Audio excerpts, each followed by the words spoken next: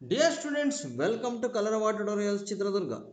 Friends, ಈ ವಿಡಿಯೋದಲ್ಲಿ ನಾವು ಜಿಲ್ಲಾ ಮಟ್ಟದ ಒಂದು ಪೂರ್ವ ಸಿದ್ಧತಾ ಪರೀಕ್ಷೆ 10ನೇ ತರಗತಿಯ ಗಣಿತ ವಿಷಯದ ಒಂದು ಮಾದರಿ ಪ್ರಶ್ನೆ ಪತ್ರಿಕೆಯನ್ನು ನಿಮ್ಮ ಮುಂದೆ ಇಡ್ತಾ ಇದ್ದೀವಿ. ಸೊ ಈ ಪ್ರಶ್ನೆ ಪತ್ರಿಕೆಯನ್ನು ಉಪಯೋಗಿಸ್ಕೊಂಡು ನೀವು ನಿಮ್ಮ ಒಂದು ಜಿಲ್ಲೆಯಲ್ಲಿ ನಡೀತಕ್ಕಂತಹ ಒಂದು ಸರಣಿ ಪರೀಕ್ಷೆ 3 ಪೂರ್ವ ಸಿದ್ಧತಾ ಪರೀಕ್ಷೆ ಪ್ರಿಪರೇಟರಿ ಎಕ್ಸಾಮ್ ಏನು ನಡೀತದೋ ಯಾವುದು ಡಿಸ್ಟಿಕ್ ಲೆವೆಲ್ದು, ಸೊ ಅದಕ್ಕೆ ನೀವು ಉತ್ತರವನ್ನು ಸರಿಯಾಗಿ ಬರೀಲಿಕ್ಕೆ ಪ್ರಾಕ್ಟೀಸನ್ನು ಮಾಡ್ಕೋಬೋದು ಅಂತ ಹೇಳ್ತಾ, ಸೊ ಈ ಒಂದು ಜಿಲ್ಲಾ ಮಟ್ಟದ ಪೂರ್ವ ಸಿದ್ಧತಾ ಪರೀಕ್ಷೆಯ ಪ್ರಶ್ನೆ ಪತ್ರಿಕೆಯನ್ನು ಕೀ ಉತ್ತರವನ್ನು ನಿಮ್ಮ ಮುಂದೆ ಇಡ್ತಾ ಇದ್ದೀನಿ. ಬನ್ನಿ ನೋಡೋಣ ಈ ಒಂದು ಪ್ರಶ್ನೆ ಪತ್ರಿಕೆ ಮತ್ತು ಕೀ ಉತ್ತರ ಹೇಗಿದೆ ಅಂತ. ಸೊ ಸ್ಟೂಡೆಂಟ್ಸ್, ಅದಕ್ಕೂ ಮುಂಚೆ ನೀವು ನಮ್ಮ ಚಾನಲ್ಗೆ ಇನ್ನೂ ಸಬ್ಸ್ಕ್ರೈಬ್ ಆಗಿರಲಿಲ್ಲ ಅಂತಂದರೆ ಆದಷ್ಟು ಬೇಗ ಸಬ್ಸ್ಕ್ರೈಬ್ ಮಾಡ್ಕೊಳ್ರಿ. ಯಾಕೆ ಅಂತಂದರೆ ಪ್ರಿಪರೇಟರಿ ಎಕ್ಸಾಮ್ನ ಡಿಸ್ಟಿಕ್ ಲೆವೆಲ್ಲು, ಸ್ಟೇಟ್ ಲೆವೆಲ್ಲು ಜೊತೆಗೆ annual exam model question papers ಎಲ್ಲದನ್ನೂ ಸಹ ಕೀ ಉತ್ತರ ಸಹಿತ ಎಲ್ಲ ಎಕ್ಸ್ಪ್ಲನೇಷನ್ನೊಂದಿಗೆ ವಿಡಿಯೋಗಳು ನಿಮಗೆ ಲಭ್ಯವಾಗ್ತಾ ಹೋಗ್ತದೆ. ಹಾಗಾಗಿ ಆದಷ್ಟು ಬೇಗ ನಮ್ಮ ಚಾನಲ್ಗೆ ಸಬ್ಸ್ಕ್ರೈಬ್ ಮಾಡ್ಕೊಳ್ಳಿ ಅಂತ ಹೇಳ್ತಾ, ಬನ್ನಿ ನೋಡೋಣ ಈ ಒಂದು ಕೀ ಪ್ರಶ್ನೆ ಪತ್ರಿಕೆ ಮತ್ತು ಕೀ ಉತ್ತರ ಹೇಗಿದೆ ಅಂತ ನಿಮ್ಮ ಮುಂದೆ ಇಡ್ತಾ ಹೋಗ್ತಾನೆ. ಸೊ ಸ್ಟೂಡೆಂಟ್ಸ್, ಇದು ಜಿಲ್ಲಾ ಮಟ್ಟದ SSLC ಪೂರ್ವ ಸಿದ್ಧತಾ ಪರೀಕ್ಷೆ ಪ್ರಿಪರೇಟರಿ ಎಕ್ಸಾಮ್ ಈ ವರ್ಷದ್ದು. ಸೊ ಇಲ್ಲಿ ನಾವು ಈಗ ಈ ಒಂದು ಪ್ರಶ್ನೆ ಪತ್ರಿಕೆಯನ್ನು ನಿಮ್ಮ ಮುಂದೆ ತೋರಿಸ್ತಾ ಹೋಗ್ತೀನಿ. ಮೊದಲು ಪ್ರಶ್ನೆ ಪತ್ರಿಕೆಯನ್ನು ನೋಡ್ರಿ, ಆನಂತರ ಕೀ ಉತ್ತರಗಳನ್ನು ನಾವು ನೋಡ್ತಾ ಹೋಗೋಣ.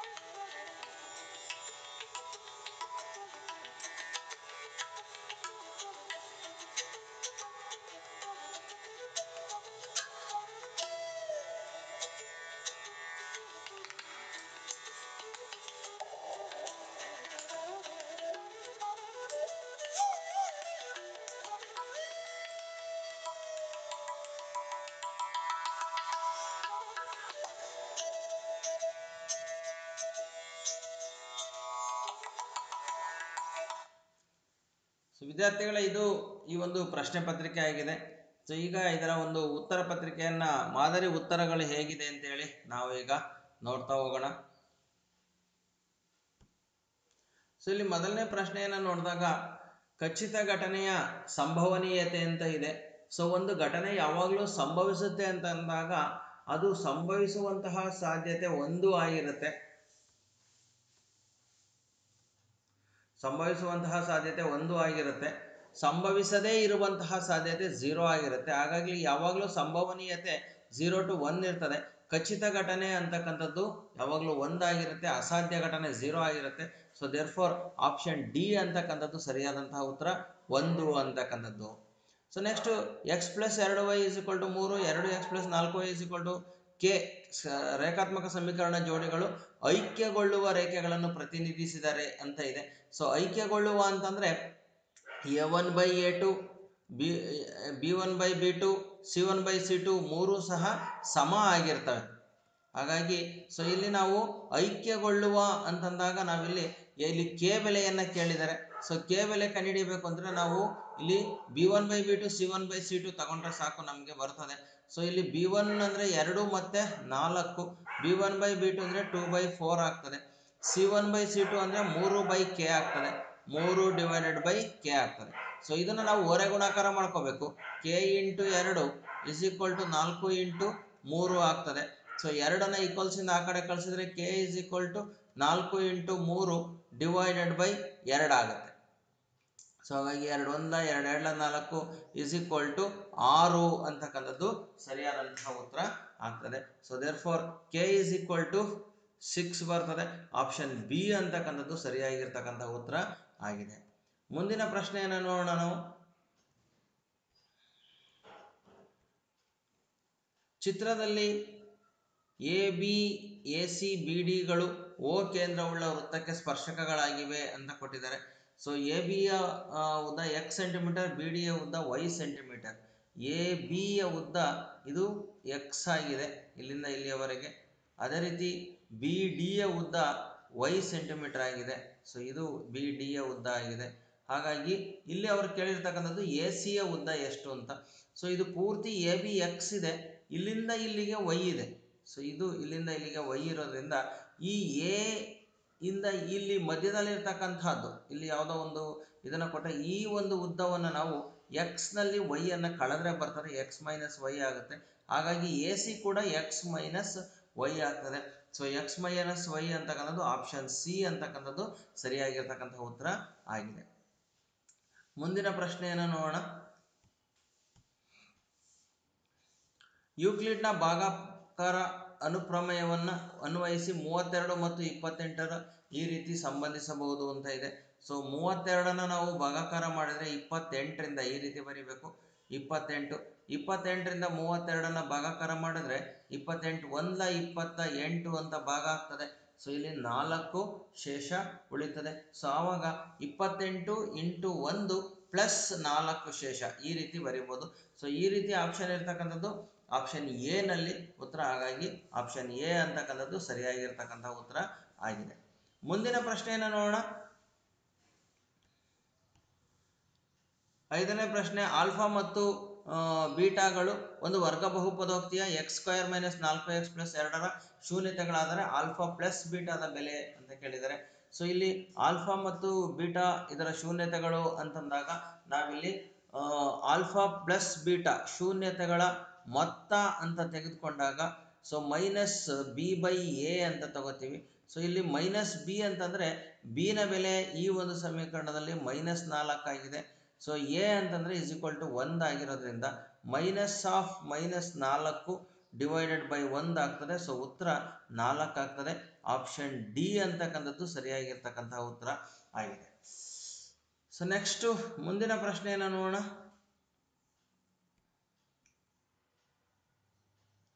6ನೇ ಪ್ರಶ್ನೆ. 1 + sin θ × 1 - sin θಗೆ ಸಮನಾದದ್ದು ಅಂತ ಇದೆ. ಇದು ಯಾವ ರೀತಿ ಇದೆಯಪ್ಪ ಅಂದರೆ a + b × a - b ಥರ ಇದೆ. ಇದು a + b × a - b ಇದ್ರೆ ನಾವು ಹೆಂಗೆ ಬರಿತೀವಿ, a² - b² ಬರಿತೀವಿ. ಅದೇ ರೀತಿ 1 + sin θ × 1 - sin θ ಅಂದರೆ 1² - sin² θ ಅಂತ ಬರಿತೀವಿ. 1² ಅಂದರೆ 1 ಆಗುತ್ತೆ, sin² θ ಆಗ್ತದೆ. ಇದು 1 - sin² θ ಆಗುತ್ತೆ. 1 - sin² θವನ್ನು ನಾವು cos² θ ಅಂತೇಳಿ ಬರಿಬೋದು. So therefore option B ಅಂತಕ್ಕಂಥದ್ದು ಸರಿಯಾದಂಥ ಉತ್ತರ, cos² θ. ಮುಂದಿನ ಪ್ರಶ್ನೆ. ಶಂಕುವಿನ ವಕ್ರ ಮೇಲ್ಮೈ ವಿಸ್ತೀರ್ಣವನ್ನು ಕಂಡುಹಿಡಿಯುವ ಸೂತ್ರ ಅಂತ ಇದೆ. ಸೊ ಶಂಕುವಿನ ವಕ್ರ ಮೇಲ್ಮೈ ವಿಸ್ತೀರ್ಣ ಅಂತಂದ್ರೆ ಅದು ಪೈ ಆರ್ ಎಲ್ಲೇ ಆಗಿರ್ತದೆ. ಆಪ್ಷನ್ ಸಿ ಅಂತಕ್ಕಂಥದ್ದು ಸರಿಯಾಗಿರ್ತಕ್ಕಂತಹ ಉತ್ತರ ಆಗಿದೆ. ಒಂದು ಸಮಾಂತರ ಶ್ರೇಣಿಯಲ್ಲಿ an+1 = 4n+5 ಆದರೆ an ಬೆಲೆ ಅಂತ ಕೇಳಿದ್ದಾರೆ. ಸೊ ಇಲ್ಲಿ an ಅನ್ನು ನಾವು ಕಂಡುಹಿಡಿಬೇಕು. n+1 ಜಾಗದಲ್ಲಿ ಇಲ್ಲಿ n ಅಂತಕ್ಕಂಥದ್ದನ್ನ ಇಲ್ಲಿ ಕೊಟ್ಟಿರೋದ್ರಿಂದ ನಾವು an ಅನ್ನ ಫಸ್ಟ್ ಕಂಡುಹಿಡಿಬೇಕು. ಸೊ ಮೊದಲು ನಾವು ಈ ಲೆಕ್ಕದಲ್ಲಿ ಏನು ಮಾಡಬೇಕು ಅಂತಂದರೆ, ಫಸ್ಟು ಎನ್ನಿಗೆ ವ್ಯಾಲ್ಯೂವನ್ನು ಕೊಟ್ಬಿಟ್ಟು a1 a2 a3 ಕಂಡುಹಿಡಿಬೇಕು. ಸೊ ಎಗೆ a1 ಅನ್ನು ಕಂಡುಹಿಡಿಬೇಕಾದ್ರೆ when you put n = 0 n ಬೆಲೆನ 0 ಇಡಬೇಕು. ಸೊ ಇಲ್ಲಿ an+1 = 4n+5 ಏನಿದೆಯಲ್ಲ, ಇದರಲ್ಲಿ ಎನ್ನಿಗೆ 0 ಇಟ್ಟರೆ 0 + 1 = 4 × 0 + 5 ಆಗ್ತದೆ. ಸೊ a1 = 5 ಅಂತ ಆಗ್ತದೆ. 4 0ಗೆ 0. a2 ಅನ್ನು ಕಂಡುಹಿಡಿಬೇಕು, ಎರಡನೇ ಪದವನ್ನು ಕಂಡುಹಿಡಿಬೇಕು. ಆವಾಗ n = 1 ಕೊಡಬೇಕು. ಸೊ a2 ಅಂದರೆ 1 + 1 n = 1 ಕೊಟ್ಟರೆ 4 × n ಬೆಲೆ 1 ಆಗಿರುತ್ತೆ. ಸೊ ದಟ್ ಈಸ್ = 4 + 5 a2 ಎರಡನೇ ಪದದ ಬೆಲೆ ಎಷ್ಟಾಯಿತು? 9 ಆಯಿತು. ಸೊ ದೇರ್ಫೋರ್ ಇದರಲ್ಲಿ ಡಿ ಕಂಡುಹಿಡಿದ್ರೆ 9 - 5 ಡಿ ನ ಬೆಲೆ 4 ಆಯಿತು. ಸೊ ಈಗ ನಾವು an ಅನ್ನು ಕಂಡುಹಿಡಿಬೇಕು. an ಅಂತಂದರೆ an = a + n - 1 × d ಬರುತ್ತೆ. ಸೊ ದಟ್ ಈಸ್ ಸೊ ಇಲ್ಲಿ a ಅಂತಂದಾಗ ಫಸ್ಟು ನಮಗೆ ಮೊದಲನೇ ಪದ ಎಷ್ಟು ಬಂದಿದೆ? 5 ಬಂದಿದೆ. ಸೊ ಇಲ್ಲಿ 5 + n - 1 ಅಂತಂದರೆ n ಹಾಗೆ ಇಟ್ಕೋಬೇಕು, an ಅನ್ನೇ ಫೈಂಡ್ ಔಟ್ ಮಾಡಬೇಕಾಗಿರ್ತಕ್ಕಂಥದ್ದು. ಸೊ ದೇರ್ಫೋರ್ n - 1 ಹಾಗೆ ಇರ್ತದೆ. ಇಂಟು ಡಿ ಅಂತಂದರೆ ಡಿ ನ ಬೆಲೆ 4 ಇದೆ. ಸೊ ಇವಾಗ ನಮಗೆ 5 + 4 ಗುಣಿಸ್ಕೋಬೇಕು. 4 × n ಅಂದರೆ 4n -4 1 4. ಸೊ 5ರಲ್ಲಿ 4 ಕಳೆದ್ರೆ 1 ಬರ್ತದೆ. ಹಾಗಾಗಿ 4n + 1 ಇದು an ನ ಬೆಲೆ ಆಗಿರ್ತಕ್ಕಂಥದ್ದು. ಸೊ ದೇರ್ಫೋರ್ an = 4n + 1 ಅಂತಕ್ಕಂಥದ್ದು ಎ ಅನ್ನೋದು ಆನ್ಸರ್ ಸರಿಯಾದಂತಹ ಉತ್ತರ ಆಗಿದೆ. ಮುಂದಿನ ಪ್ರಶ್ನೆಯನ್ನು ನೋಡೋಣ. ಈ ಕೆಳಗಿನ ಪ್ರಶ್ನೆಗಳಿಗೆ ಉತ್ತರಿಸಿ ಅಂತ ಇದೆ.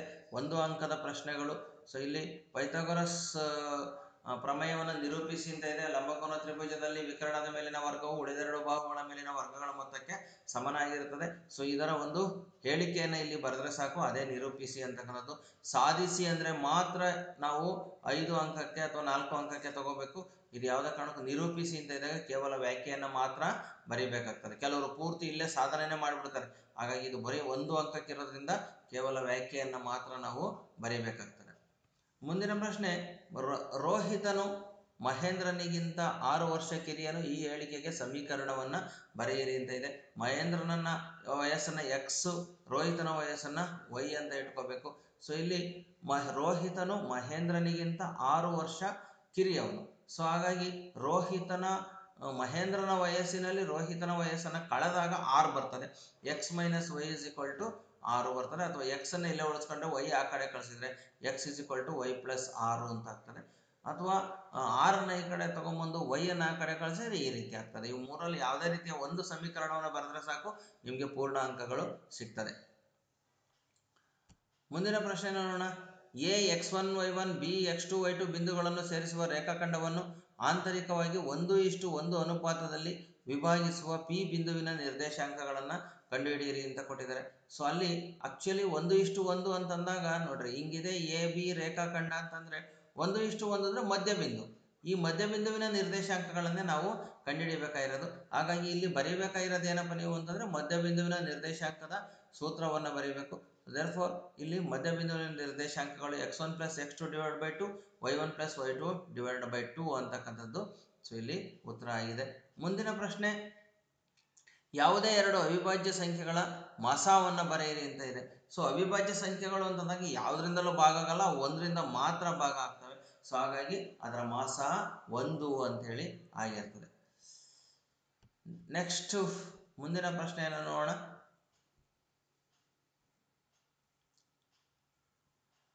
ರೇಖಾತ್ಮಕ ಬಹುಪದೋಕ್ತಿಯ ಮಹತ್ತಮ ಘಾತವನ್ನು ಕಂಡುಹಿಡಿಯಿರಿ ಅಂತ ಇದೆ. ರೇಖಾತ್ಮಕ ಬಹುಪದೋಕ್ತಿ ಅಂತಂದಾಗ ಅದು ಕೇವಲ ಡಿಗ್ರಿ 1 ಆಗಿರ್ತದೆ. ಈಗ ಉದಾಹರಣೆಗೆ 2x+5 ಇದು ರೇಖಾತ್ಮಕ ಬಹುಪದೋಕ್ತಿ ಒಂದು ಉದಾಹರಣೆ ನಾನು ಕೊಟ್ಟಿರ್ತಕ್ಕಂಥದ್ದು. ಸೊ ಹಾಗಾಗಿ ಇದರ ಘಾತ ಯಾವಾಗಲೂ 1 ಆಗಿರ್ತದೆ. ಘಾತ 1 ಆಗಿರೋದ್ರಿಂದ ಅದರ ಡಿಗ್ರಿ ಕೂಡ ಏನಾಗಿರ್ತದೆ 1 ಅಂತೇಳಿ ಆಗಿರ್ತದೆ. ಸೊ ರೇಖಾತ್ಮಕ ಬಹುಪದೋಕ್ತಿ ಅಂದರೆ 1, ವರ್ಗಾತ್ಮಕ ಬಹುಪದೋಕ್ತಿ ಅಂದರೆ ಡಿಗ್ರಿ 2, ಘನಾತ್ಮಕ ಬಹುಪದೋಕ್ತಿ ಅಂದರೆ ಡಿಗ್ರಿ 3 ಆಗಿರ್ತದೆ. ಪ್ರಶ್ನೆಗಳನ್ನು ಬೇರೆ ಬೇರೆ ರೀತಿ ಕೇಳಿದ್ರು ನಿಮಗೆ ಉತ್ತರವನ್ನು ಬರೆಯಲಿಕ್ಕೆ ಬರಬೇಕು. ಸೊ x² + bx = 5 ವರ್ಗ ಸಮೀಕರಣದ ಶೋಧಕವನ್ನು ಬರೆಯಿರಿ ಅಂತ ಕೇಳಿದ್ದಾರೆ. ಸೊ ಶೋಧಕ ಅಂತಂದಾಗ ನಾವು ಶೋಧಕವನ್ನು ಬರೀಬೇಕಾದ್ರೆ b² - 4ac = 0 ಇದು ಶೋಧಕ ಬರೀಬೇಕು. ಸೊ ಈ ಸಮೀಕರಣ ಪ್ರಕಾರ ಎ ಬಿ ಸಿ ಬೆಲೆಗಳನ್ನು ಬರ್ಕೊಂಡ್ರೆ a = 1, b = bನೇ ಇದೆ, ಸಿ ಜಾಗದಲ್ಲಿ c = -c ಇದೆ.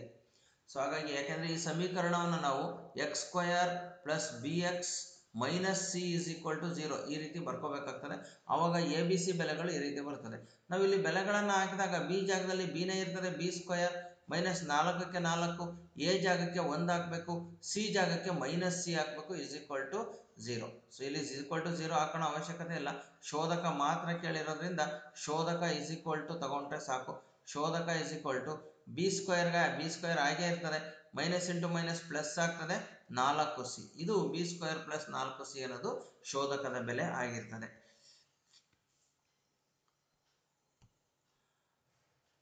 ಸೊ 5 sin a = 3 ಆದರೆ ಕೊಸೆಕ್ ಎ ದ ಬೆಲೆಯನ್ನು ಕಂಡುಹಿಡಿಯಿರಿ ಅಂತ ಕೇಳಿದರೆ.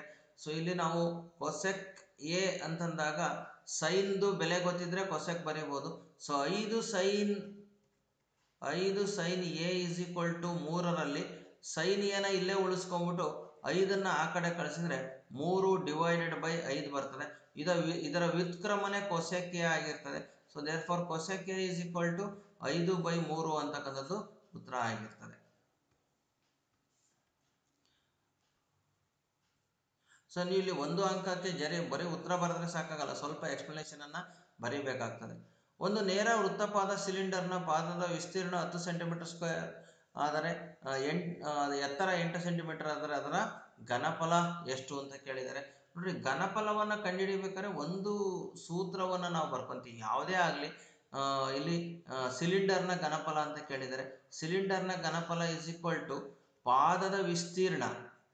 ನೋಡ್ರಿ, ಇದು ಕಾಮನ್ ಆಗಿರ್ತಕ್ಕಂಥ ಒಂದು ಸೂತ್ರ. ಪಾದದ ವಿಸ್ತೀರ್ಣ ಇಂಟು ಎತ್ತರ. ಎಲ್ಲ ಸಾಲಿಡ್ಗಳಿಗೂ ಇದು ಅಪ್ಲೈ ಆಗ್ತದೆ, ಎಲ್ಲ ಘನಗಳಿಗೂ ಸಹ ಅಪ್ಲೈ ಆಗ್ತದೆ. ಪಾದದ ವಿಸ್ತೀರ್ಣ ಇಂಟು ಘನಫಲ ಅಂತೇಳಿ.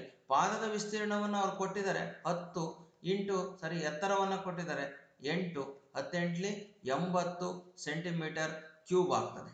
ಇದು ಬರೀ ಸಿಲಿಂಡರ್ಗೆ ಅಷ್ಟೇ ಅಲ್ಲ, ಪಾದದ ವಿಸ್ತೀರ್ಣ ಇಂಟು ಎತ್ತರವನ್ನು ಎಲ್ಲ ಘನಗಳಿಗೂ ಸಹ ನಾವು ಕಂಡುಹಿಡಿಯಲಿಕ್ಕೆ ಸಾಧ್ಯ ಆಗ್ತದೆ. ಹಾಗಾಗಿ ಇದು ಉತ್ತರ ಆಗಿದೆ. ಮುಂದಿನ ಪ್ರಶ್ನೆಯನ್ನು ನೋಡೋಣ. ಸಮಾಂತರ ಶ್ರೇಣಿ 5, 8, 11 ಇದರ ಮೊದಲ 20 ಪದಗಳ ಮೊತ್ತವನ್ನು ಕಂಡುಹಿಡಿಯಿರಿ ಅಂತ ಕೇಳಿದರೆ. ಸೊ ಇಲ್ಲಿ ಎ ನ ಬೆಲೆ 5, ಮೊದಲನೇ ಪದ a = 5, ಡಿ ನ ಬೆಲೆ 8ರಲ್ಲಿ 5ನ್ನು ಕಳಿಬೇಕು, d = 3, ಎನ್ ನ ಬೆಲೆ ಇಲ್ಲಿ 20 ಪದಗಳು ಅಂತ ಕೊಟ್ಟಿದ್ದಾರೆ, ಎನ್ ನ ಬೆಲೆ 20 ಆಗ್ತದೆ. ಮೊತ್ತ ಅಂತ ಕೇಳಿರೋದ್ರಿಂದ SN ಅನ್ನು ಕಂಡುಹಿಡಿಯಬೇಕು. ನಾವು SN ಸೂತ್ರವನ್ನು ಹಾಕೊಂಡು ಇದರ ಬೆಲೆಯನ್ನು ಕಂಡುಹಿಡಿಯಬೇಕಾಗ್ತದೆ. ಸೊ ಇದು SN = n/2 × 2a + n - 1 × d. ಇಲ್ಲಿ ಆಯಾ ಬೆಲೆಯನ್ನು ಹಾಕಬೇಕು. ಎನ್ ನ ಬೆಲೆ 20 ಇದೆ, ಎನ್ ಬೆಲೆ 20, ಎ ಬೆಲೆ 5 ಇದೆ, ಎ ಜಾಗಕ್ಕೆ 5 ಹಾಕಬೇಕು, ಎನ್ ಜಾಗಕ್ಕೆ ಮತ್ತೆ 20 ಹಾಕಬೇಕು, ಡಿ ಜಾಗಕ್ಕೆ 3 ಹಾಕಬೇಕು. ಸೊ ಈ ಬೆಲೆಗಳನ್ನು ನಾವು ಆದೇಶ ಮಾಡಿ ಇಲ್ಲಿ ಸರಳ ರೂಪಕ್ಕೆ ತಂದಾಗ ಸೊ ಈ ರೀತಿ ಉತ್ತರ ಬರ್ತದೆ. ಇದು 670 ಅಂತಕ್ಕಂಥದ್ದು ಅಲ್ಲಿ 20 ಪದಗಳ ಮೊತ್ತ ಆಗಿದೆ. ಸೊ S20 = 670 ಅಂತಕ್ಕಂಥದ್ದು ಸರಿಯಾಗಿರ್ತಕ್ಕಂತಹ ಉತ್ತರ. ಮುಂದಿನ ಪ್ರಶ್ನೆಯನ್ನು ನೋಡೋಣ.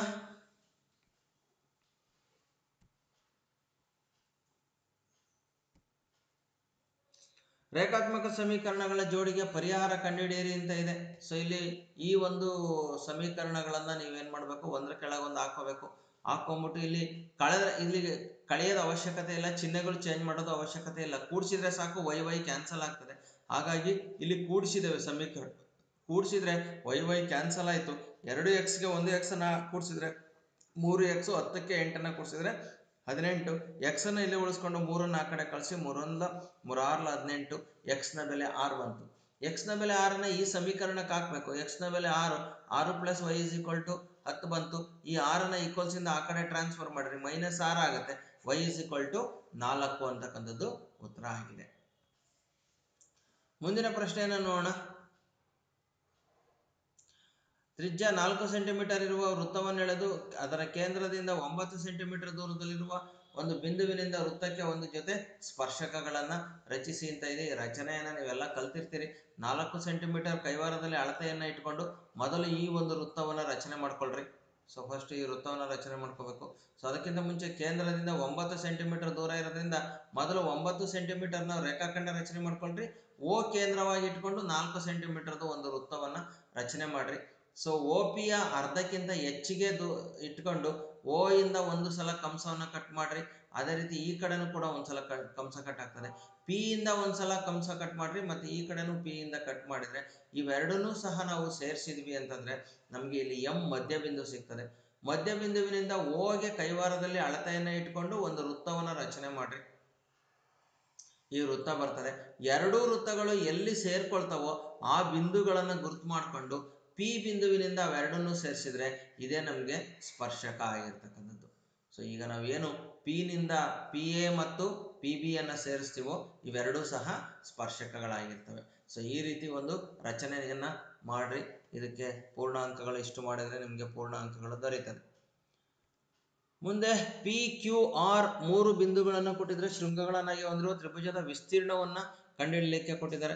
ಸೊ ವಿಸ್ತೀರ್ಣದ ಸೂತ್ರ ಇಲ್ಲಿ ನಿಮಗೆ ಗೊತ್ತಿದೆ, ಆದ್ರೆ ಆ ಸೂತ್ರವನ್ನು ಒಂದು ಸುಲಭವಾದ ವಿಧಾನದಲ್ಲಿ ಸೂತ್ರ ಬರೆಯೋದನ್ನ ಹೇಳ್ಕೊಡ್ತೀನಿ ನೋಡ್ರಿ. ಇಲ್ಲಿ ತ್ರಿಭುಜದ ವಿಸ್ತೀರ್ಣವನ್ನು ನೀವು ಬರೀಬೇಕಾದ್ರೆ ಇಲ್ಲಿ ತ್ರಿಭುಜದ ವಿಸ್ತೀರ್ಣ ನೋಡ್ರಿ ಸುಲಭವಾಗಿ ಹೇಗೆ ಬರಿಬಹುದು ಅಂತಂದ್ರೆ = ಅರ್ಧ into x into y minus y ಅಂತ ಒಂದು ಬರ್ಕೊಳ್ರಿ. ಮತ್ತೆ ಪ್ಲಸ್ ಹಾಕ್ರಿ x into y minus y ಅಂತಾನೆ ಬರ್ಕೊಳ್ರಿ. ಮತ್ತೆ ಪ್ಲಸ್ ಹಾಕ್ರಿ x into y minus y. ಸೂತ್ರ ಬರೆಯೋದು ಹೇಳ್ಕೊಡ್ತಾ ಇದ್ದೀನಿ, ಲೆಕ್ಕ ಆಮೇಲೆ ಮಾಡೋಣ. ಸೊ ಈಗ ಇಲ್ಲಿ ಎಕ್ಸಿಗೆ ನೀವು ಏನು ಮಾಡ್ರಿ ಅಂತಂದ್ರೆ ಎಕ್ಸಿಗೆ 1, ಇಲ್ಲಿ ಎಕ್ಸಿಗೆ 2, ಇಲ್ಲಿ ಎಕ್ಸಿಗೆ 3 ಅಂತ ಕೊಟ್ಕೋಬೇಕು. ಸೊ ಇಲ್ಲಿ 1, 2, 3 ನಾವು ಚಕ್ರೀಯವಾಗಿ ನೋಡ್ತಾ ಹೋದ್ರೆ 1 ಆದ್ಮೇಲೆ 2, 2 ಆದ್ಮೇಲೆ 3, 3 ಆದ್ಮೇಲೆ ಮತ್ತೆ 1 ಬರ್ತದೆ. ಹಾಗಾಗಿ ಇಲ್ಲಿ ಎಕ್ಸಿಗೆ 1 ಇದೆ, ವೈ ಮತ್ತೆ 2ರಲ್ಲೂ ಖಾಲಿ ಇದೆ. 1 ಆದ್ಮೇಲೆ 2, 2 ಆದ್ಮೇಲೆ 3, 1, 2, 3 ಬರ್ದಿದ್ವಿ. ಇಲ್ಲಿ ಎಕ್ಸ್ಗೆ 2 ಇದೆ, ವೈ ಖಾಲಿ ಇದೆ. 2 ಆದ್ಮೇಲೆ ಯಾವ್ದು ಬರ್ತದೆ? 3 ಬರ್ತದೆ. 2 ಆದ್ಮೇಲೆ 3 ಬರೀಬೇಕು. 3 ಆದ್ಮೇಲೆ ಮತ್ತೆ 1 ಬರುತ್ತೆ, 1 ಬರೀಬೇಕು. ಇಲ್ಲಿ ಎಕ್ಸ್ಗೆ 3 ಇದೆ, 3 ಆದ್ಮೇಲೆ ಮತ್ತೆ 1 ಬರುತ್ತೆ, 1 ಆದ್ಮೇಲೆ 2. ಈ ರೀತಿ ಬರೆದ್ರೆ ನಿಮ್ಮ ಸೂತ್ರ ರೆಡಿ ಆಗೋಯ್ತು. ಸೊ ಹಾಗಾಗಿ ಈ ಸೂತ್ರವನ್ನು ಬರೆಯೋದನ್ನು ಸಹ ನೀವು ಸುಲಭವಾಗಿ ಕಲ್ತ್ಕೊಂಡು ಅಲ್ಲಿ ಬೆಲೆಗಳನ್ನು ಆದೇಶ ಮಾಡಬೇಕು. ಸೊ ಆ ಬೆಲೆಗಳನ್ನು ಆದೇಶ ಮಾಡಿದ್ರೆ ನಿಮಗೆ ಇಲ್ಲಿ ಸರಿಯಾದಂತಹ ಉತ್ತರ ಬರ್ತದೆ. x1 ಅಂತಂದ್ರೆ ನೋಡ್ರಿ ಇದು x1, ಇದು y1. ಇಲ್ಲಿ ಮೊದಲನೇ ಬಿಂದು x1 y1, ಎರಡನೇ ಬಿಂದು x2 y2, ಮೂರನೇ ಬಿಂದು x3 y3. ಸೊ ಈ ಬೆಲೆಗಳನ್ನು ಇಲ್ಲಿ ಆದೇಶ ಮಾಡ್ರಿ x1 y1 ಎಲ್ಲವಕ್ಕೂ ಸಹ. ಸೊ ಈ ಬೆಲೆಗಳನ್ನು ಆದೇಶ ಮಾಡಿದಾಗ ನಿಮಗೆ ಬರ್ತಕ್ಕಂತಹ ಉತ್ತರ ತ್ರಿಭುಜದ ವಿಸ್ತೀರ್ಣ ಆಗಿರ್ತದೆ. ಸೊ ಹಾಗಾಗಿ ಇಲ್ಲಿ 6 ಚದುರಮಾನಗಳು ಅಂತಕ್ಕಂಥದ್ದು ತ್ರಿಭುಜದ ವಿಸ್ತೀರ್ಣ ಆಗಿದೆ. ಮುಂದಿನ ಸಮಸ್ಯೆನ ನೋಡ್ತಾ ಹೋಗೋಣ. ಅಥವಾ ಪ್ರಶ್ನೆ ಇದೆ, ಎಂ ಎ ಬಿ 3 ಬಿಂದುಗಳಿದೆ, ಈ ರೇಖಾಖಂಡವನ್ನು ಯಾವ ಅನುಪಾತದಲ್ಲಿ ವಿಭಾಗಿಸುತ್ತದೆ ಅಂತ ಕೇಳಿದ್ದಾರೆ. ಸೊ ಎರಡು ಬಿಂದುಗಳ ನಡುವೆ ಇಲ್ಲಿ ಮಧ್ಯದಲ್ಲಿ ವಿಭಾಗ ಮಾಡ್ತಾ ಇರತಕ್ಕಂತಹ ಬಿಂದು ಯಾವುದಪ್ಪ ಅಂದ್ರೆ ಎಂ. ಎ ಮತ್ತು ಬಿ 2 ಬಿಂದುಗಳು. ಸೊ ಈ ರೀತಿ ಒಂದು ರೇಖಾಖಂಡ ಇದೆ ಅಂದ್ರೆ ಇದು ಎ ಬಿಂದು ಆಗಿದೆ, -6, 10. ಇಲ್ಲಿ ಇರ್ತಕ್ಕಂಥದ್ದು ಬಿ ಬಿಂದು, ಇದು 3 ಮತ್ತೆ -8. ಇಲ್ಲೆಲ್ಲೋ ಬಿಂದು ಇದೆ ಎಂ ಬಿಂದು, ಇದು ಮಧ್ಯ ಬಿಂದು ಅಲ್ಲ. ಮಧ್ಯ ಬಿಂದು ಅಂತ ಕೇಳಿಲ್ಲ, ಅನುಪಾತ ಕೇಳಿರೋದ್ರಿಂದ -4, 6 ಇದೆ. m1 ಇಷ್ಟು m2 ಅನ್ನ ಕಂಡುಹಿಡಿಬೇಕು. ಸೊ ಇಲ್ಲಿ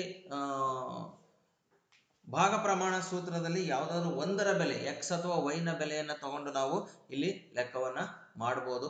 ನೋಡೋಣ ಈಗ ಇದನ್ನು ಯಾವ ರೀತಿ ಬಿಡಿಸ್ಬೇಕು ಅಂತ. ಸೊ ಇಲ್ಲಿ ಎರಡು ಸೂತ್ರಗಳು ಬರ್ತದೆ, ನಿಮಗೆ ಎರಡರಲ್ಲಿ ಯಾವ್ದಾದ್ರು ಒಂದನ್ನ ತಗೊಂಡ್ರೆ ಸಾಕು, ಎರಡನ್ನು ಬಿಡಿಸ್ಬೇಕಂತ ಇಲ್ಲ. ಸೊ ಎಕ್ಸ್ ಇದು ಮೊದಲನೇ ಬೆಲೆ, ಇದು ಎಕ್ಸ್ ಕಾಮ ವೈ ಅಂತ ತಗೊಂಡಿರ್ತೀವಿ ನಾವು.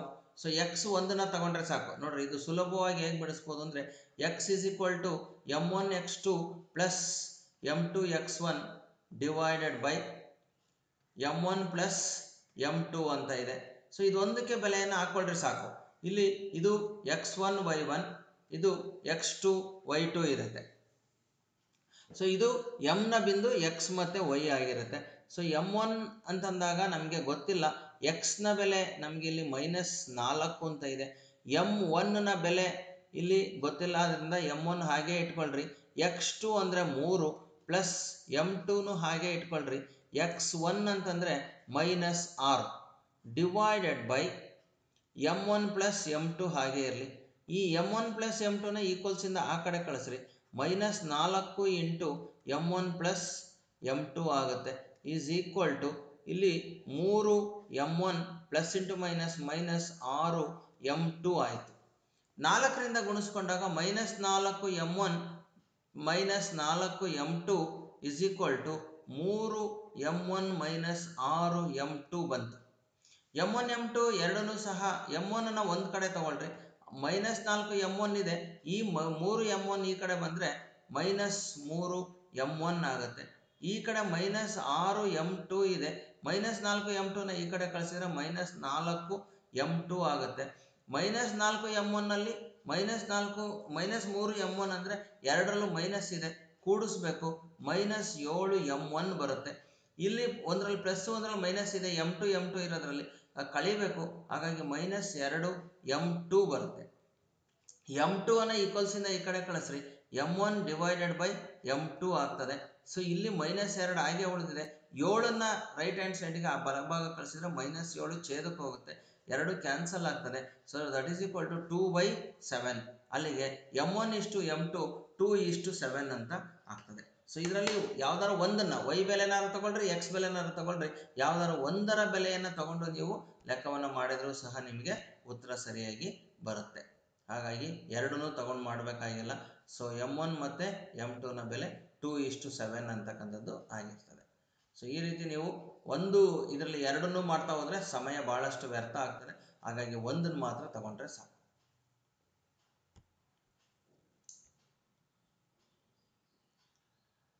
ಎರಡು ಬಿಂದುಗಳ ನಡುವಿನ ದೂರವನ್ನು ಕೇಳಿದರೆ, ಸೊ ಇಲ್ಲಿ ದೂರ ಸೂತ್ರವನ್ನು ಉಪಯೋಗಿಸಿ ಮಾಡಬೇಕು. ಸೊ ಇಲ್ಲಿ ದೂರ ಸೂತ್ರ d = x2 - x1² plus y2 - y1². ಇದರಲ್ಲಿ ಇದು x1, ಇದು y1, ಇದು x2, ಇದು y2 ಆಗಿದೆ. ಬೆಲೆಗಳನ್ನು ಹಾಕ್ರಿ. x2 ಅಂದರೆ -1, x1 ಅಂತಂದರೆ ಇಲ್ಲಿ -5. ಸೊ ಇಲ್ಲಿ -5 ಅಂತ ಹಾಕೋಬೇಕು x1ಗೆ. ಆವಾಗ ಮೈನಸ್ ಇಂಟು ಮೈನಸ್ ಗುಣಿಸಿದ್ರೆ +5 ಆಗುತ್ತೆ. y2 ಅಂತಂದರೆ 3, y1 ಅಂತಂದರೆ 7, 3 - 7 ಆಗ್ತದೆ. ಸೊ ಇಲ್ಲಿ -1 +5, ಸೊ ಕಳಿಬೇಕು. ಒಂದರಲ್ಲಿ -1 ಒಂದರಲ್ಲಿ ಪ್ಲಸ್ ಇದೆ ಅಂದರೆ ಕಳಿಬೇಕು, ಆವಾಗ 4 ಸ್ಕ್ವೇರ್ ಆಗ್ತದೆ. ಇಲ್ಲಿ 3ಕ್ಕೆ ಪ್ಲಸ್ ಇದೆ, 7ಕ್ಕೆ ಮೈನಸ್ ಇದೆ, ಕಳಿಬೇಕು, -4 ಆಗುತ್ತೆ. ಸೊ ಹಾಗಾಗಿ 4 ಸ್ಕ್ವೇರ್ ಅಂದರೆ 16, -4 ಸ್ಕ್ವೇರ್ ಅಂದ್ರೂ +16 ಆಗುತ್ತೆ. 16 ಇಲ್ಲಿ 2 ಸಲ ಗುಣಿಸ್ಬೇಕು, 16 × 2 ಆಗ್ತದೆ. ಸೊ 16ನ ರೂಟಿಂದ ಹೊರಗೆ ತೆಗಿಬೋದು, 4√2 ಅಂತಕ್ಕಂಥದ್ದು ಉತ್ತರ ಆಗ್ತದೆ. ಮುಂದಿನ ಪ್ರಶ್ನೆಯನ್ನು ನೋಡೋಣ.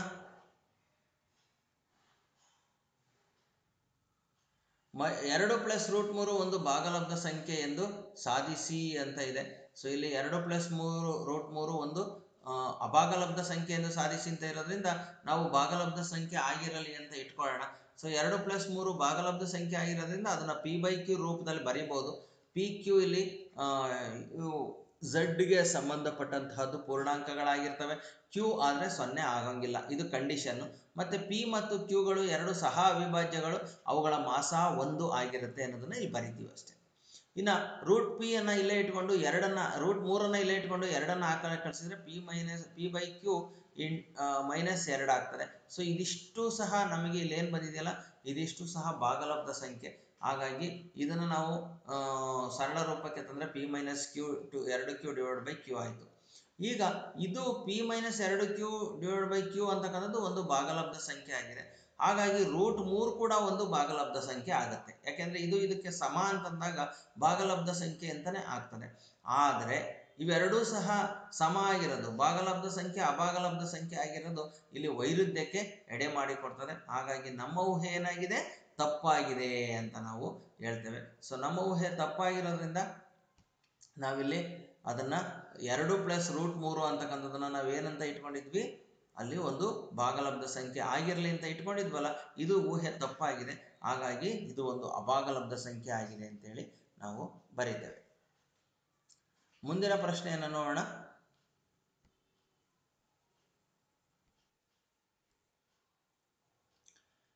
ಇಲ್ಲಿ ಅಥವಾ ಪ್ರಶ್ನೆ ಇದೆ. ದೀರ್ಘ ಭಾಗಾಕಾರ ಕ್ರಿಯೆ ಮಾಡದೆ 29/147 ಭಾಗಲಬ್ಧ ಸಂಖ್ಯೆಯು ಅಂತ್ಯಗೊಳ್ಳದ ಆವರ್ತ ದಶಮಾಂಶ ವಿಸ್ತರಣೆ ಹೊಂದಿದೆ ಅಂತ ನಾವು ಸಾಧನೆ ಮಾಡಬೇಕಾಗಿದೆ. ಆಕ್ಚುಲಿ ಅಂತ್ಯಗೊಳ್ಳದ ಅಂದ್ರೆ ಛೇದದಲ್ಲಿ 2 ಮತ್ತು 5ರ ಗುಣಕಗಳು ಮಾತ್ರ ಬರಬೇಕು.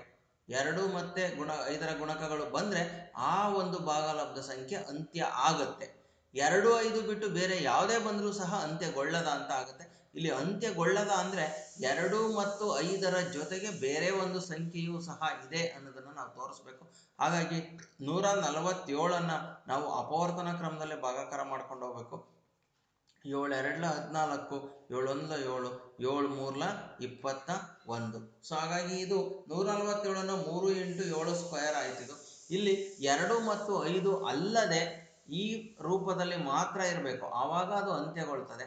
ಇದನ್ನು ಬಿಟ್ಟು 2 ಮತ್ತು 5ಅನ್ನು ಬಿಟ್ಟು ಬೇರೆ ಯಾವುದೇ ಸಂಖ್ಯೆ ಈ ಅಪವರ್ತನಗಳಲ್ಲಿ ಬಂದರೂ ಸಹ ಅದು ಅಂತ್ಯಗೊಳ್ಳೋದಿಲ್ಲ. ಹಾಗಾಗಿ ಇದು ಅಂತ್ಯಗೊಳ್ಳದ ಆವರ್ತ ದಶಮಾಂಶ ವಿಸ್ತರಣೆಯನ್ನು ಹೊಂದಿದೆ ಅಂತೇಳಿ ಭಾಗಾಕಾರ ಮಾಡದೆ ಹಾಗೇನೆ ಹೇಳಬಹುದು.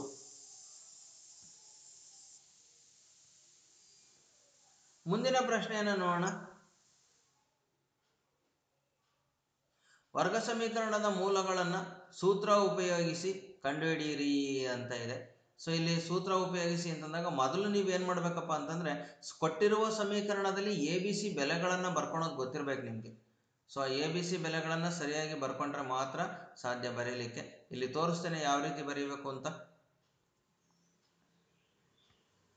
ಮೊದಲು ಇಲ್ಲಿ x² + 4x + 3 = 0 ಏನಿದೆಯಲ್ಲ, ಇದನ್ನು ax² + bx + c ಗೆ ಹೋಲಿಕೆ ಮಾಡಬೇಕು ನೀವು. ಆವಾಗ = 0ಗೆ ಇಲ್ಲಿ ಎನ ಬೆಲೆ x² ಅನ್ನು ಬಿಟ್ಟರೆ a ಜಾಗದಲ್ಲಿ ಏನೂ ಇಲ್ಲ ಅಂದರೆ 1 ಅಂತ. ಇಲ್ಲಿ x ಅನ್ನು ಬಿಟ್ಟರೆ b ಜಾಗದಲ್ಲಿ 4 ಇದೆ. ಇಲ್ಲಿ c ಜಾಗದಲ್ಲಿ 3 ಇದೆ. c = 3. ಇವು 3 ಬೆಲೆಗಳನ್ನು ಬರ್ಕೊಂಡಾಗ ಇಲ್ಲಿ ಸೂತ್ರಕ್ಕೆ ಹಾಕ್ಬೋದು. a1 b4 c3 ಇದೆ. ಸೂತ್ರ x = -b ± √b² - 4ac / 2a. b ನ ಬೆಲೆ 4 ಆಗಿರೋದ್ರಿಂದ b ನ ಬೆಲೆ 4 ಹಾಕ್ರಿ. ಇಲ್ಲಿ b² ಅಂದರೆ 4² 4a ಅಂದರೆ 1, c ಅಂದರೆ 3, 2a ಅಂದರೆ 2 × 1. 4² ಅಂದರೆ 16, 4 1 4, 4 3 12, ಇಲ್ಲಿ 12 ಬಂತು. 16ರಲ್ಲಿ 12ನ್ನ ಕಳೆದ್ರೆ 4 ಬಂತು. √4 ಇದರ ಬೆಲೆ 2. ಸೊ ಹಾಗಾಗಿ ಇಲ್ಲಿ ಇದನ್ನ ಒಂದ್ಸಲ ಪ್ಲಸ್ ಹಾಕಿ ಬರೀಬೇಕು, ಒಂದ್ಸಲ ಮೈನಸ್ ಹಾಕಿ ಬರೀಬೇಕು. ಇಲ್ಲಿ -4, ಈ ಮೈನಸ್ ಮಾತ್ರ ಯಾವುದೇ ಕಾರಣಕ್ಕೂ ಚೇಂಜ್ ಆಗಲ್ಲ, ಅದು ಹಂಗೆ ಇರ್ತದೆ. ಇಲ್ಲಿರುವ ಪ್ಲಸ್ಸು ಮೈನಸ್ ಮಾತ್ರ 2 ಸಲ ಬರೀಬೇಕು. -4 + 2 -4 -2 -4 + 2 ಅಂದರೆ ಇದರಲ್ಲಿ ಇದು ಕಳಿಬೇಕು. ಕಳೆದಾಗ -2 ಡಿವೈಡೆಡ್ ಬೈ 2 ಬರ್ತದೆ, ಉತ್ತರ -1 ಬರುತ್ತೆ. ಎರಡರಲ್ಲೂ ಮೈನಸ್ ಇರೋದ್ರಿಂದ ಕೂಡಿಸ್ಬೇಕು. -6 ಡಿವೈಡೆಡ್ ಬೈ 2 -3 ಉತ್ತರ ಬರುತ್ತೆ. ಸೊ ಇದು x ನ ಬೆಲೆಗಳನ್ನು ಕಂಡುಹಿಡಿಯತಕ್ಕಂಥದ್ದು. ಮುಂದಿನ ಒಂದು ಲೆಕ್ಕವನ್ನು ನೋಡೋಣ. ಸಂಗೀತಳು 2 ಭಿನ್ನ ನಾಣ್ಯಗಳನ್ನು ಏಕಕಾಲಕ್ಕೆ ಮೇಲಕ್ಕೆ ಚಿಮ್ಮುತ್ತಾಳೆ. ಹಾಗಾದರೆ ಘಟನೆಗಳ ಸಂಭವನೀಯತೆಯನ್ನು ಕಂಡುಹಿಡಿಯಿರಿ. ಸೊ 2 ನಾಣ್ಯಗಳನ್ನು ಚಿಮ್ಮಿದಾಗ ಬರ್ತಕ್ಕಂತಹ ಎಸ್ ಘಟನೆಯನ್ನು ನಾವು ಯಾವಾಗಲೂ ಬರ್ಕೋಬೇಕು. ಇಲ್ಲಿ ಎಸ್ ಅಂತಕ್ಕಂಥದ್ದು HH HT TH TT ಆಗ್ತದೆ 2 ನಾಣ್ಯಗಳನ್ನು ಚಿಮ್ಮಿದಾಗ. ಅವಾಗ n(s) = 4 ಬಂತು. 2 ಕಂಡೀಷನ್ಸ್ ಅನ್ನು ಕೇಳಿದರೆ ಕನಿಷ್ಠ 1 ಶಿರ ಬೀಳುವುದು. ಕನಿಷ್ಠ 1 ಶಿರ ಬೀಳುವುದು ಅಂದಾಗ ಇದು ಘಟನೆ ಆಗಿರ್ತದೆ. ಕನಿಷ್ಠ 1 ಆದರೂ ಇರಲೇಬೇಕು, ಇಲ್ಲದೆ ಇರೋಂಗಿಲ್ಲ. ಶಿರ ಅಂತಂದಾಗ ಇಲ್ಲಿ ನಾವು ಹೆಡ್ ಅಂತಕ್ಕಂಥದ್ದು ಕನಿಷ್ಠ 1 ಆದರೂ ಇರಬೇಕು. 2 ಇರ್ಬೋದು, ಆದರೆ ಇಲ್ಲದೆ ಇರೋಂಗಿಲ್ಲ. ಹಾಗಾಗಿ TT ಮೊದಲನೇದಕ್ಕೆ ಇಲ್ಲಿ ಬರಲ್ಲ. HH HT TH ಮಾತ್ರ ಬರ್ತದೆ, 3 ಆಗ್ತದೆ. P ಆಫ್ ಘಟನೆ ಸಂಭವನೀಯತೆಯ ಘಟನೆ is equal to n of A divide by n of S. ಇಲ್ಲಿ ಆಕ್ಚುಲಿ ಇ ಅಂತ ಕೂಡ ತಗೋಬೋದಿದ್ರೆ n of A divide by n of S 3/4 ಇದು ಉತ್ತರ. ಇನ್ನು ಎರಡು ಪುಚ್ಚಗಳು ಬೀಳುವುದು ಅಂತ ಕೇಳಿದ್ರೆ, ಎರಡೂ ಪುಚ್ಚಗಳು ಬೀಳುವುದು ಅಂತಂದಾಗ ಸೊ ಇಲ್ಲಿ ಟಿ ಟಿ ಮಾತ್ರ ಬರುತ್ತೆ, ಬೇರೆ ಯಾವುದು ಬರಲ್ಲ, ಇದರಲ್ಲೂ ಇಲ್ಲ ಇದರಲ್ಲೂ ಇಲ್ಲ. ಹಾಗಾಗಿ ಇಲ್ಲಿರುವ 4ರಲ್ಲೇನೆ ತಗೋಬೇಕು, ಬೇರೆ ತಗೊಳಂಗಿಲ್ಲ. So B is equal to T T ಒಂದೇ ಒಂದಿರೋದ್ರಿಂದ ಎನ್ ಆಫ್ ಬಿ 1 ಆಯಿತು, 1/4 ಅಂತಕ್ಕಂಥದ್ದು ಉತ್ತರ ಆಗುತ್ತೆ. ಸೊ ಈಗ ಮುಂದಿನ ಪ್ರಶ್ನೆಯನ್ನು ನೋಡೋಣ. ಒಂದು ಸಮಾಂತರ ಶ್ರೇಣಿಯಲ್ಲಿ ಮೊದಲ 10 ಪದಗಳ ಮೊತ್ತ ಮತ್ತು ಮೊದಲ 8 ಪದಗಳ ಮೊತ್ತಗಳ ನಡುವಿನ ವ್ಯತ್ಯಾಸ 55 ಆಗಿದೆ. ಶ್ರೇಣಿಯ 5ನೇ ಪದ 14 ಆದರೆ 15ನೇ ಪದವನ್ನು ಕಂಡುಹಿಡಿಯಿರಿ ಅಂತ ಇದೆ. ಸೊ ಇವುಗಳಿಗೆ ಎಲ್ಲವಕ್ಕೂ ಸಹ ಇಲ್ಲಿ ಉತ್ತರಗಳನ್ನು ನೀಡಲಾಗಿದೆ. ಉತ್ತರಗಳನ್ನು ನೋಡ್ತಾ ಹೋಗ್ರಿ. ಸೊ ಅದನ್ನು ಪ್ರಾಕ್ಟೀಸ್ ಮಾಡ್ರಿ. ಈ ಉತ್ತರಗಳನ್ನು ನಿಮಗೆ ತೋರಿಸ್ತಾ ಹೋಗ್ತೇನೆ.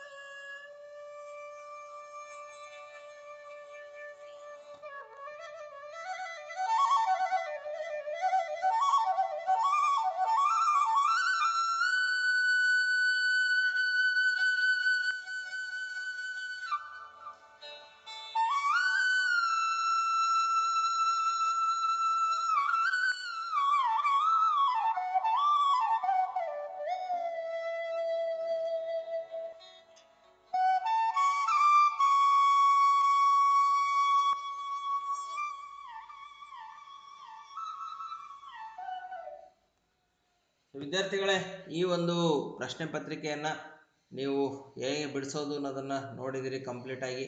ಸೊ ಇದರ ಉತ್ತರಗಳನ್ನು ನೋಡಿಕೊಂಡು ನೀವು ಪ್ರಾಕ್ಟೀಸನ್ನು ಮಾಡಿರಿ. ಸೊ ಈ ಪ್ರಶ್ನೆ ಪತ್ರಿಕೆಯಲ್ಲಿ ನಿಮಗೆ ಕಷ್ಟಕರವಾಗಿರ್ತಕ್ಕಂಥದ್ದು ಏನಾದ್ರು ಇತ್ತು ಅಂತಂದರೆ ನೀವು ಯಾವುದೇ ಸಂದರ್ಭದಲ್ಲಿ ನೀವು ಈ ಪ್ರಶ್ನೆಗಳನ್ನು ನನಗೆ ವಾಟ್ಸಾಪ್ ಮೂಲಕ ಕಳಿಸ್ಬೋದು. ಸೊ ಆ ವಾಟ್ಸಪ್ ಮೂಲಕ ಕಳಿಸಿ ನೀವು ನನಗೆ ಕೇಳ್ಬೋದು. ನಿಮಗೇನಾದರೂ ಸಮಸ್ಯೆಗಳು ಇತ್ತು, ಸರ್ ಇದು ಅರ್ಥ ಆಗಲಿಲ್ಲ ಅಂತಂದಾದರೆ ಈ ನಂಬರ್ಗೆ ನೀವು ವಾಟ್ಸಪ್ಪನ್ನು ಮಾಡ್ಬೋದು. 8618248447 ಅಂತ 8471. ಸೊ ನಮ್ಮ ಒಂದು ಚಾನಲಲ್ಲಿ ಕಲರವ ಟ್ಯುಟೋರಿಯಲ್ಸ್, ನೀವು ಯೂಟ್ಯೂಬ್ಗೆ ಹೋಗ್ಬಿಟ್ಟು ಕಲರವ ಟ್ಯುಟೋರಿಯಲ್ಸ್ ಅಂತ ಟೈಪ್ ಮಾಡಿದ್ರೆ ನಿಮಗೆ ಎಲ್ಲ ವಿಷಯಗಳ ಒಂದು ವಿಡಿಯೋಗಳು ಸಹ ಇಲ್ಲಿ ಲಭ್ಯವಾಗ್ತದೆ. SSLCಯ 6 ವಿಷಯಗಳ ಒಂದು ಪೂರ್ವ ಸಿದ್ಧತಾ ಪರೀಕ್ಷೆಯ ಮಾದರಿ ಪ್ರಶ್ನೆ ಪತ್ರಿಕೆಗಳನ್ನು ಹಾಕಿದ್ದೇವೆ. ಸೊ ಜೊತೆಗೆ ನಿಮಗೆ ಏನು ಜಿಲ್ಲಾ ಮಟ್ಟದ ಅಥವಾ ರಾಜ್ಯ ಹಂತದ ಒಂದು ಪ್ರಶ್ನೆ ಪತ್ರಿಕೆಗಳ ಒಂದು ಪ್ರಿಪರೇಟರಿ ಎಕ್ಸಾಮ್ ನಡೀತದೋ, ಸೊ ಅದು ಮುಗಿದ ತಕ್ಷಣ ಅದರ ಕೀ ಉತ್ತರಗಳನ್ನು ಸಹ ನಾವು ನಿಮಗೆ ಅಪ್ಲೋಡ್ ಮಾಡ್ತಾ ಹೋಗ್ತೇವೆ. ಹಾಗಾಗಿ ಆದಷ್ಟು ಬೇಗ ನಮ್ಮ ಚಾನಲ್ಗೆ ನೀವು ಸಬ್ಸ್ಕ್ರೈಬನ್ನು ಮಾಡ್ಕೊಳ್ಳಿ. ಕಲರವ ಟ್ಯುಟೋರಿಯಲ್ಸ್ ಅಂತ ಟೈಪ್ ಮಾಡಿರಿ. ಸೊ ಆ ಚಾನಲ್ ಓಪನ್ ಆದಾಗ ಸಬ್ಸ್ಕ್ರೈಬ್ ಮಾಡ್ಕೊಳ್ರಿ. ಅಲ್ಲಿ ಇರ್ತಕ್ಕಂತಹ ಒಂದು ಬೆಲ್ ಶೇಪ್ ಏನು ಬರ್ತದೋ ಆ ಬೆಲ್ ಶೇಪ್ ಐಕಾನನ್ನು ನೀವು ಕ್ಲಿಕ್ ಮಾಡಿರಿ. ಸೊ ಆ ಕ್ಲಿಕ್ ಮಾಡಿದಾಗ ನಿಮಗೆ ನಾವು ವಿಡಿಯೋಗಳನ್ನು ಹಾಕಿದ ತಕ್ಷಣ ನೋಟಿಫಿಕೇಶನ್ನು ಲಭ್ಯ ಆಗ್ತದೆ. ಸೊ ಈ ವಿಡಿಯೋವನ್ನು ಬಳಸ್ಕೊಂಡು ಉತ್ತಮ ಅಂಕಗಳನ್ನು ಗಳಿಸ್ತೀರಾ ಅಂತ ತಿಳಿತಾ ಈ ವಿಡಿಯೋವನ್ನು ಇಲ್ಲಿಗೆ ಮುಗಿಸ್ತಾ ಇದ್ದೀನಿ. ಧನ್ಯವಾದಗಳು ಸ್ಟೂಡೆಂಟ್ಸ್.